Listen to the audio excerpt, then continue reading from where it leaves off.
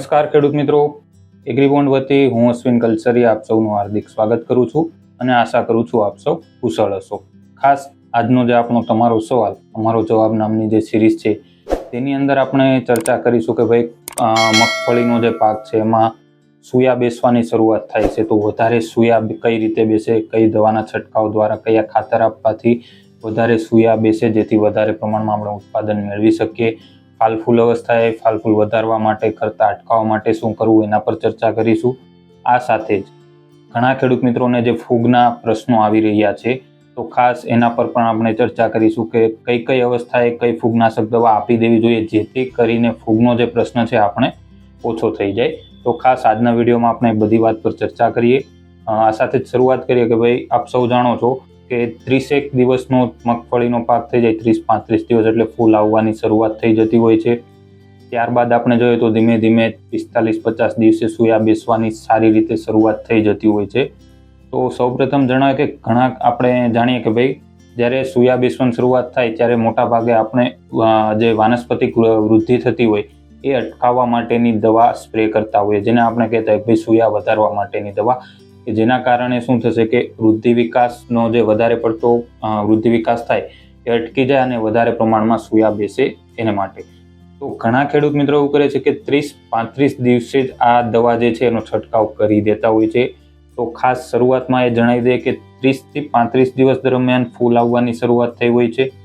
આ દરમિયાન તમે ડાયરેક્ટ વૃદ્ધિ વિકાસ અટકાવવા માટેની કે સૂયા વધારે બેસવા માટેની દવાનો છંટકાવ કરો છો તો 100% સૂયાનું પ્રમાણ તમને થોડુંક વધારે દેખાશે ખરું, કારણ કે દવા છે રિઝલ્ટ આપશે તમને, પણ પરિણામ સ્વરૂપે પાછળથી જો એમાં દોડવા આવશે તો આપણે કહીએ ગોગડી વળી જાય એવું આપણને જોવા મળશે, અથવા તો ઘણીવાર સાઇઝમાં એકદમ નાના નાના દોડવા હોય, ઘણીવાર અંદરથી ખાલી પણ હોય છે।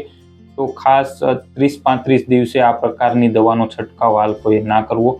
ઘણા ખેડૂત મિત્રોએ આવો 30-35 દિવસે છંટકાવ કરી દીધો હોય છે અને ત્યારબાદ એના ફોન કે મેસેજ આવતા હોય કે અમે 30-35 દિવસે છંટકાવ કર્યો છે। તો ખાસ પહેલા પ્રથમ તો કે જે આ દવાનો ઉપયોગ કરો છો તો 30-35 દિવસે ફાલ આવવાની શરૂઆત થઈ હોય છે, ફૂલ આવતા હોય છે। તો જે આપણે આગળના વિડીયોમાં કીધું હતું કે ભાઈ તમે 05234 છે એનો સ્પ્રે કરી શકો યા તો ઓલ ઇન વન આપી શકો, તો ખાસ એના સ્પ્રેનો આ સમયે આગ્રહ રાખવો। હવે વાત કરીએ કે ભાઈ આ દવા ક્યારે છંટકાવ કરવી જોઈએ, તો એ પહેલાં સૌપ્રથમ આપ જાણો છો કે આવતા અઠવાડિયે 15મી ઓગસ્ટ છે અને આપ સૌ જાણો એગ્રીબોન્ડ સાથે જે જોડાયેલા છે કે અવનવર વાર તહેવારે એગ્રીબોન્ડ દ્વારા ખેડૂતો માટે કંઈક ના કંઈક નવી પ્રવૃત્તિ અથવા ભેટ લાવવામાં આવતી હોય છે। તો ચોક્કસપણે આ 15મી ઓગસ્ટે પણ એગ્રીબોન્ડ સાથે જોડાયેલા તમામ ખેડૂત મિત્રો માટે ખાસ ભેટ છે જે આપણે વિડીયોના છેલ્લા ભાગમાં જાણીશું। તો અત્યારે ચર્ચા કરીએ કે ભાઈ આ દવાઓનો સ્પ્રે ક્યારે કરવો। તો જ્યારે પણ તમારો છોડ 45-50 દિવસ જેવો થઈ જાય અને સૂયા બેસવાની ધીમે ધીમે સારી એવી શરૂઆત થાય ત્યારે ખાસ કરીને તમે વૃદ્ધિ વિકાસ અટકે એ રીતના અને વધારે પ્રમાણમાં સૂયા બેસે એ માટે દવાનું સ્પ્રે કરી શકો છો। અને જો તમે વહેલો દવાનો સ્પ્રે કરો છો તો એનું સારું ઉદાહરણ તમને આપું કે કોઈ છોકરો છે 5મા ધોરણમાં ભણે છે, એને તમે 10મા ધોરણની પરીક્ષા આપવા માટે બેસાડી દો, 100% એ પરીક્ષામાં બેસી જશે, પરીક્ષા આપી પણ દેશે, પણ પરિણામ આપણે સૌ જાણીએ છીએ કે ફેલ થશે। એવી જ રીતના 30-35 દિવસનો છોડમાં જ્યારે જરૂરિયાત નથી ત્યારે જ તમે દવાના સ્પ્રે કરી દો છો, રિઝલ્ટ દેખાશે પણ જે આપણે વધારે ઉત્પાદનનું પરિણામ જોઈએ છે ને એ તમને નહીં મળે। એટલા માટે એ સમયે ક્યારેય પણ આ દવાના સ્પ્રે કરવા જોઈએ નહીં।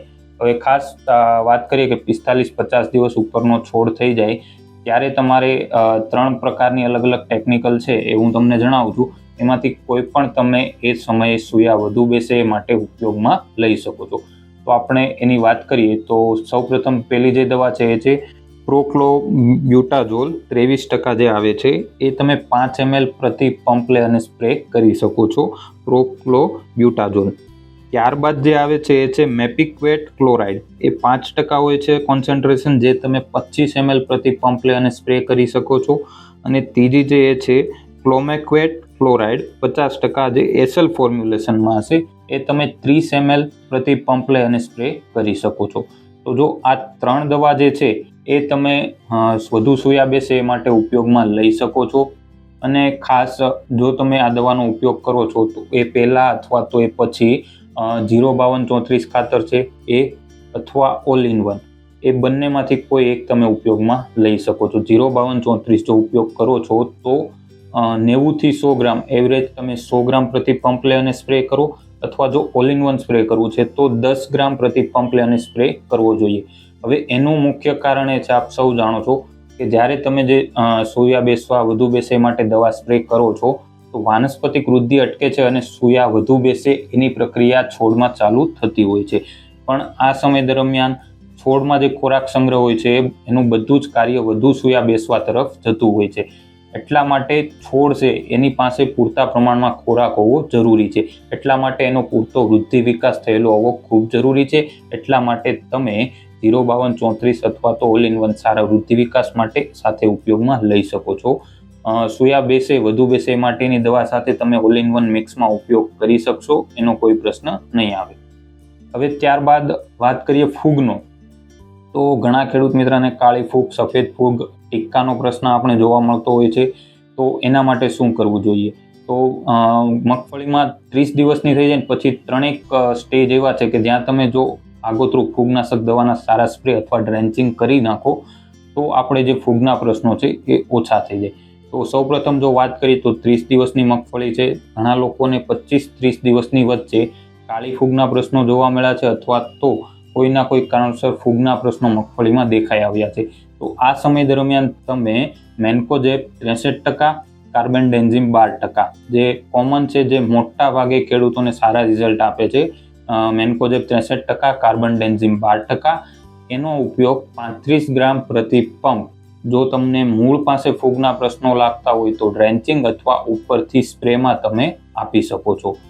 ત્યારબાદ જો મગફળી છે એ તમારી 50 થી 60 દિવસની વચ્ચે હોય, એ સમયે કોઈ ફૂગનો થોડો ઘણો પ્રશ્ન દેખાતો હોય તમને, તો ત્યારે તમારે હેક્ઝાકોનાઝોલ 5% જે આવે છે એનો તમારે ઉપયોગ કરવાનો છે.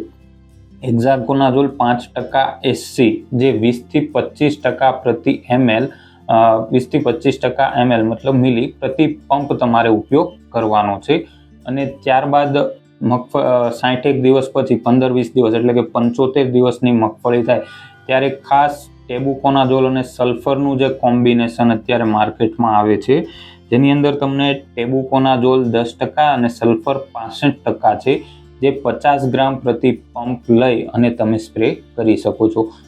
ખાસ એ માટે કે ભાઈ જો ટેબુકોનાઝોલ 10% ફૂગનાશક તરીકે ઉપયોગ થશે, સલ્ફર પણ એક ફૂગનાશક તરીકે ઉપયોગ થાય છે. અને આપ સૌ જાણો છો કે જે પાયાની અંદર આપણે સલ્ફર 90% આપેલું હોય છે મગફળીની સારી ગુણવત્તા, તેલની ટકાવારી એ માટે.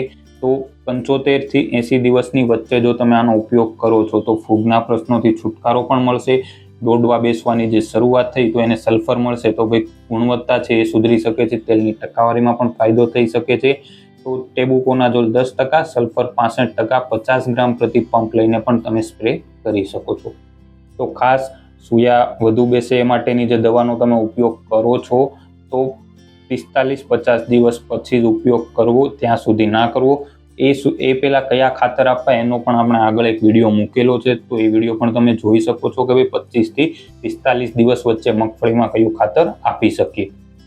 તો ખાસ બને ત્યાં સુધી 50 દિવસ પછીની મગફળી થાય તો જ આ પ્રકારની દવાનો ઉપયોગ કરવો, કારણ કે તમે વહેલો ઉપયોગ કરશો, ખર્ચ પણ કરશો, પણ જોવેલું પરિણામ નહીં મળે તો ખોટો ખર્ચ કરવાનો કોઈ મતલબ નથી. એટલે ખર્ચ ઓછો થાય એ માટે અને યોગ્ય સમયે યોગ્ય માવજત આપશો તો 100% ઉત્પાદન સારું મળી રહેશે.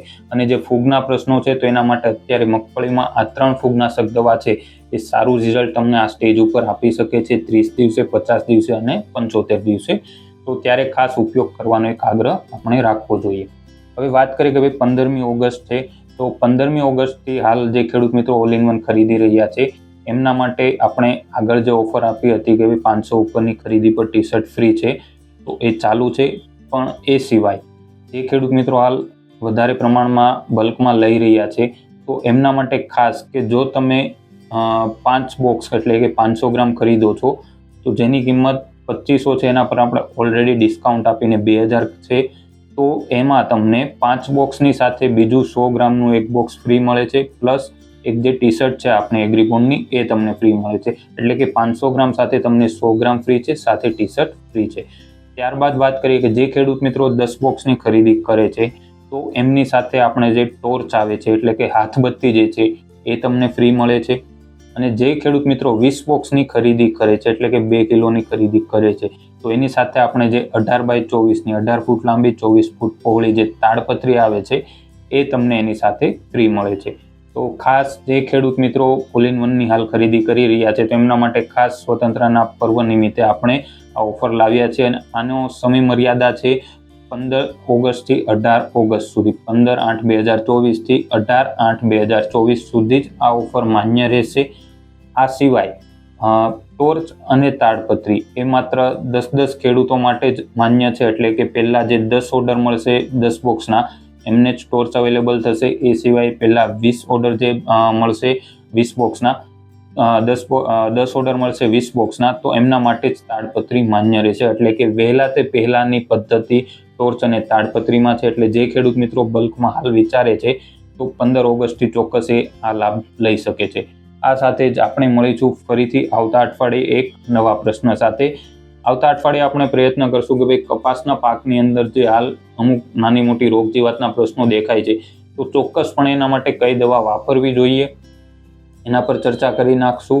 અને જે ખેડૂત મિત્રોને મહિના દિવસ ઉપરનો કપાસ થયો છે તો આની આગળનો જ વિડીયો આપણે મૂક્યો હતો કે 25 થી 40 દિવસના કપાસમાં શું માવજત કરવી, ચોક્કસપણે તમે જોઈ શકો છો. અને આ સિવાય જો હજી કોઈ પ્રશ્ન છે તો એગ્રીબોન્ડના ખાસ પૂછો પ્રશ્ન વિભાગમાં જઈને તમે પ્રશ્ન પૂછવાનો આગ્રહ રાખો. અથવા જો તમે વોટ્સઅપ પર પૂછો તો વધારે સારું છે, કારણ કે ઘણીવાર આપણે કોઈ ખેડૂત મિત્રનો ફોન રિસીવ ના કરી શકીએ. એટલે વોટ્સઅપ ઉપર તમે ચોક્કસપણે તમારો જે પ્રશ્ન હોય એ મૂકી શકો છો. અથવા તો પૂછો પ્રશ્નમાં પૂછશો તો આપણે 24 કલાકની અંદર પ્રયત્ન કરશું કે તમને જવાબ આપી શકીએ. હવે ફરીથી મળશું આવતા અઠવાડિયે એક નવા પ્રશ્ન સાથે. ધન્યવાદ.